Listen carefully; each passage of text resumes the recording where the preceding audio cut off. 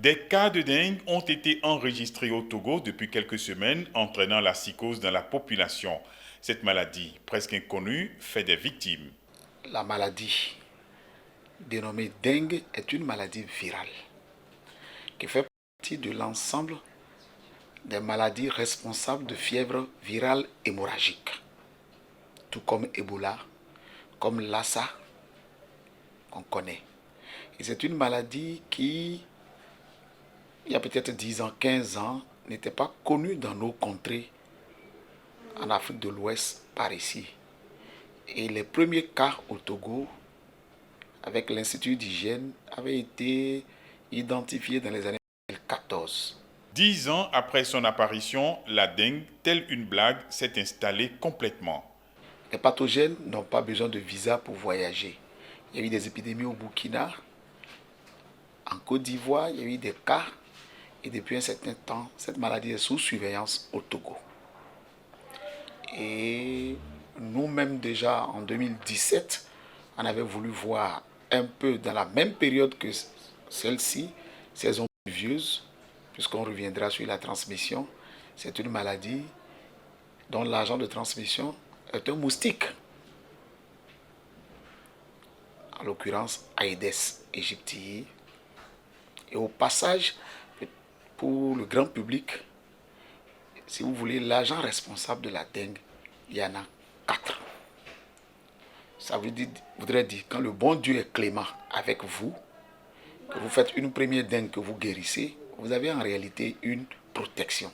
Mais vous pouvez faire une autre dengue.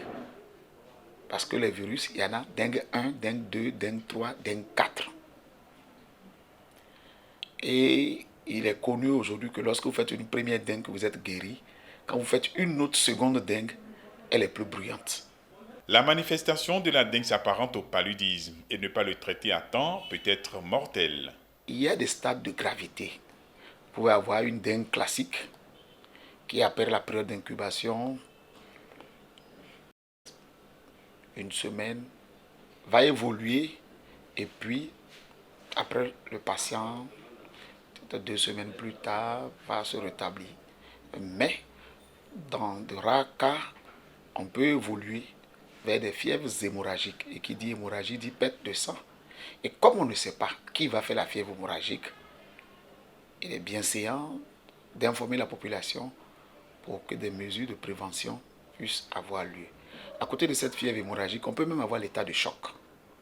C'est-à-dire, vous faites votre dengue et vous en mourrez. Pour l'heure, la population est invitée à se rendre dans un centre de santé dès l'apparition des premiers symptômes.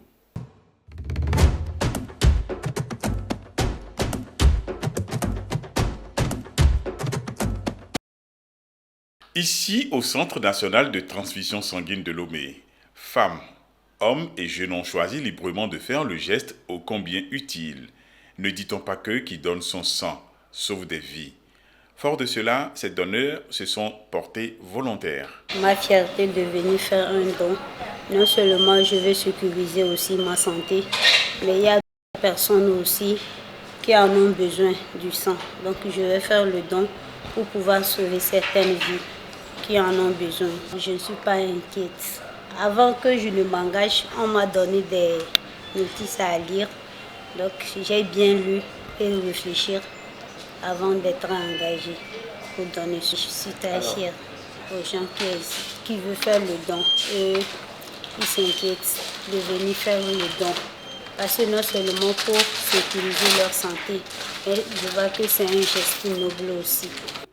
Le don de sang est un acte noble. Une fois prélevé, suivant les protocoles requis, le sang est conservé suivant un processus et gardé au laboratoire. Ici, nous recevons le sang total qui nous arrive de l'unité de prélèvement, qui arrive de cette manière.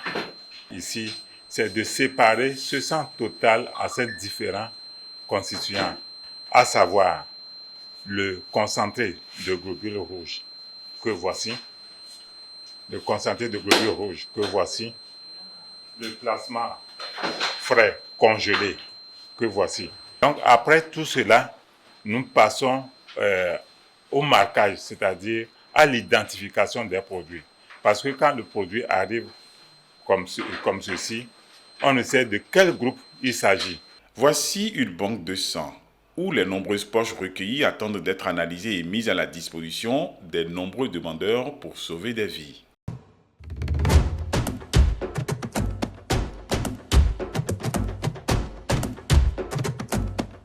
L'Association nationale des personnes atteintes d'albinisme au Togo, ANAT, est une organisation de développement créée en 2012.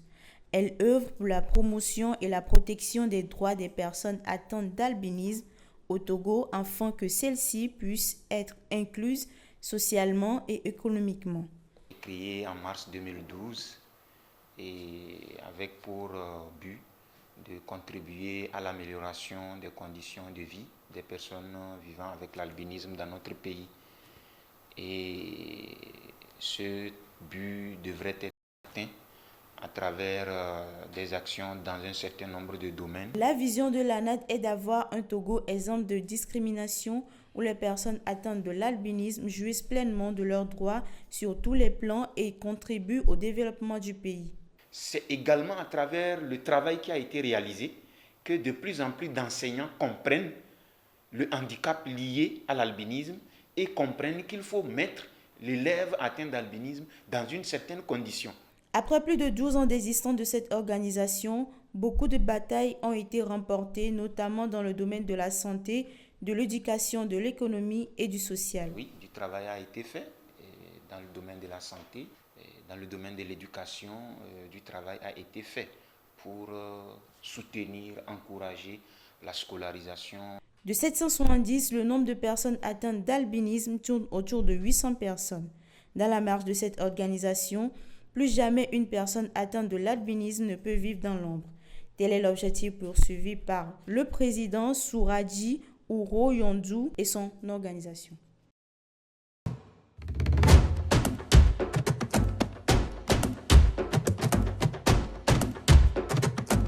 Le samedi 29 juin 2024, les résultats du brevet d'études du premier cycle BEPC sont rendus disponibles sur les réseaux Togocom, Move et sur le site internet www.resultats.gov.tg. Lundi dans la matinée, la rédaction de Pyramide TV a rencontré des élèves dans les centres d'examen. Ceux-ci veulent avoir une confirmation de leur sort sur le tableau d'affichage. J'ai passé le BBC, je suis admise. Je suis très contente. Comme tout examen, il y a des admis et des ajournés. Kami Aziale, élève de 17 ans, est passé à côté de la barre. Je suis venu pour regarder sur les affiches des réussites, mais bizarrement, je n'ai pas trouvé mon nom. Je suis très mécontent, mais durant l'examen, j'ai constaté que les épreuves sont faciles. Je n'ai rien compris. Je suis venu, mais je n'ai pas trouvé mon nom sur l'affiche.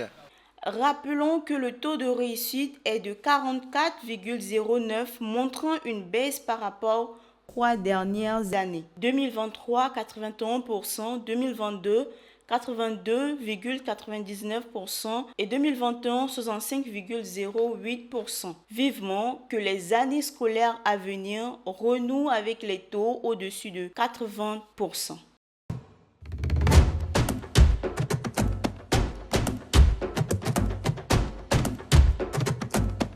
Organisée pour se dérouler ce samedi 22 juin 2024, l'exposition des œuvres artistiques du performeur Zododo a dévoilé son programme. C'est dans les locaux de Famat Productions ce mercredi 19 juin 2024 où il a tenu une conférence de presse pour informer l'opinion nationale et internationale. Nous avons Zododo Ekoe, artiste messager. 22 juin, samedi soir. Exposition que Jimmy dans Cordobé et so. La performance, comme tous les autres arts, véhicule un message. Ici, c'est le corps de l'artiste qui est mis en scène. Donc, message. Souvent, le message porté interpelle ou dénonce pour une meilleure prise de conscience.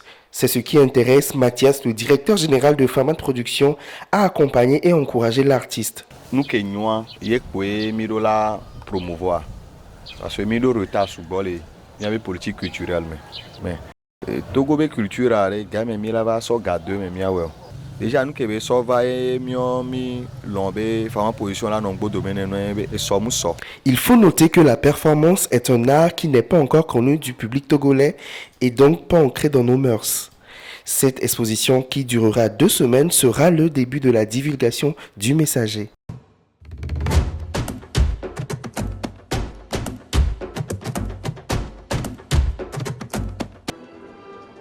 Le derby de la COSA a tenu toutes ses promesses. L'association sportive de la COSA, ASCO, retrouve son éternel challenger, l'association sportive des chauffeurs de la COSA, ASK, pour le palmarès de la Coupe du Togo. Ce n'est que dans les ultimes minutes de la première partie que l'ASK trouva le chemin défilé.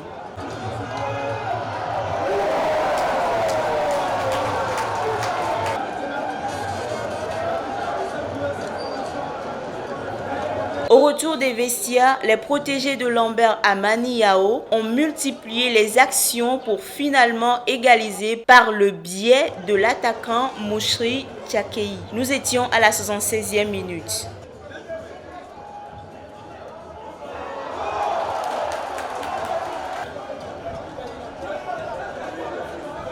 Au terme des 90 minutes, les deux équipes sous la direction de Nyama Akleso ont été contraintes aux prolongations. À la 115e minute, les chauffeurs de la COSA ont définitivement pris le dessus sur leurs adversaires du jour.